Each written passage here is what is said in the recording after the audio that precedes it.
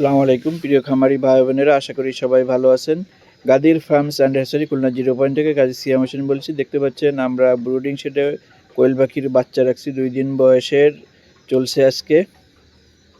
দেখুন আরও আমাদের পাশে অন্যান্য বয়সীরও কোয়েল পাখির বাচ্চা ব্রুডিং করা রয়েছে। দেখুন আমরা কিভাবে কোয়েল পাখিকে ব্রুডিং শেডের ভিতরে রাখি। আমরা কিন্তু পর্যাপ্ত পরিমাণে আলো দেওয়ার পরেও আমরা কাপড় দিয়ে ঢেকে দিছি, কারণ এই শুধু আপনার আলোতে টেম্পারিং পাচ্ছে না, তাপমাত্রা কমে যাচ্ছে।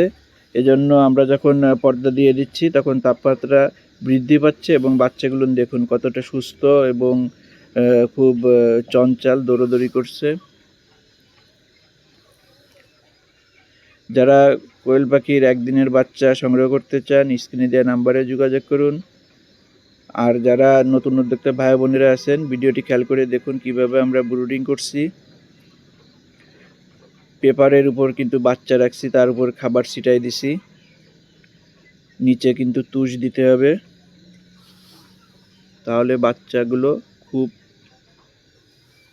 গরম তাপটা পাবে।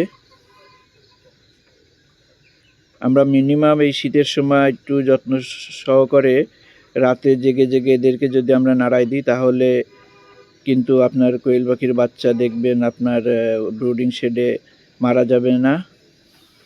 এটা যত্নশীল হইলে আপনার খামারও ভালো থাকবে, বাচ্চাও ভালো থাকবে।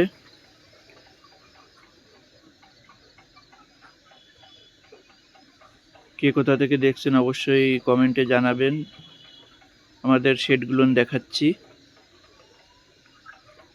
ভালো থাকুন, সুস্থ থাকুন, সবার দীর্ঘায়ু কামনা করছি। আল্লাহ হাফেজ।